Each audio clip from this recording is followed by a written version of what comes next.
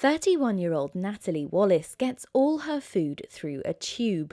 She suffers from a rare condition called gastroparesis, a long-term illness where the stomach can't empty itself in the normal way.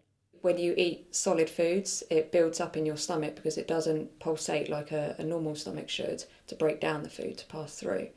So it builds up in your stomach and it can lead to obviously severe vomiting, really bad bloating, stomach pain, nausea. Natalie initially noticed stomach troubles while travelling in Asia in 2009. At first she assumed it was a traveller's bug, and when she got back, doctors thought the same.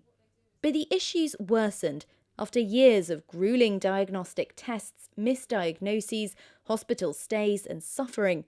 Natalie finally found out she had gastroparesis in 2014, 6 years after she'd first had symptoms.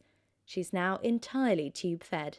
No, I don't eat solid foods. I mean, my diet over the years, since 2009, has diminished to literally liquids, and I can only take a certain amount at one time, so I can't guzzle loads and loads of drink because sometimes even that builds up in your stomach and makes me sick. So I've got a Peg J tube, so it's inserted into my stomach, but it's fed through into my bowel because obviously I can't have anything going direct into my stomach.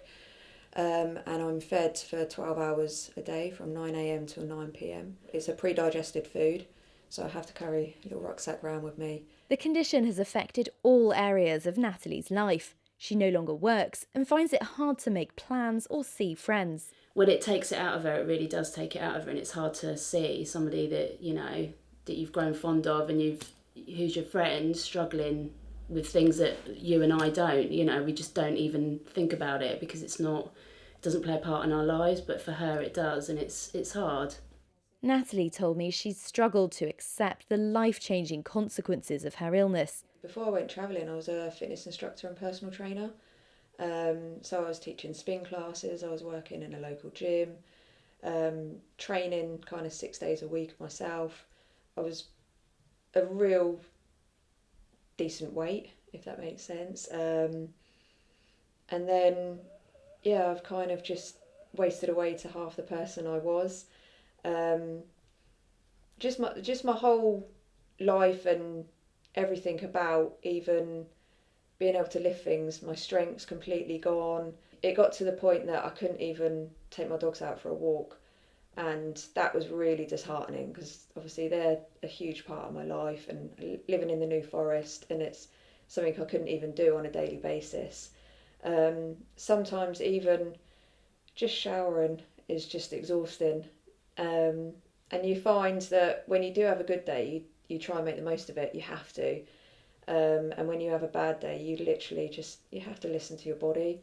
It doesn't matter how you were years and years ago, you can't keep comparing yourself because the trouble is I'm never going to be that person again, and that's probably the most disheartening thing as well. Natalie saw a private consultant who recommended a gastric stimulator. The tiny device is inserted into the stomach and stimulates it electronically so that it pulsates to digest food. So it gets inserted on the wall of your stomach, and you've got a control panel that obviously is adjusted through settings from your consultant.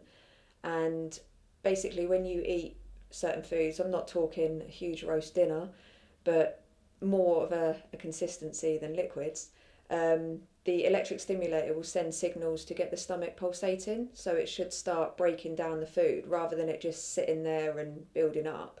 But the procedure isn't typically offered on the NHS, despite it being safe and effective in 3/4 of cases, according to the National Institute for Health and Care Excellence. NICE says the procedure is safe and works well enough for use in the NHS. According to the NHS website, gastroelectrical stimulation is not routinely funded by many local NHS authorities. As a result, Natalie and her friends have decided to raise the money to pay for the procedure themselves and have set up an online crowdfunding page. She's in and out of hospital, she's on feeding tubes and stuff, and I just thought there's got to be more that can be done for somebody, somebody so young. I contacted Natalie's NHS commissioning groups and NHS England about her case. They told me gastroelectrical stimulation is a relatively new treatment which, as with other invasive procedures, carries risks.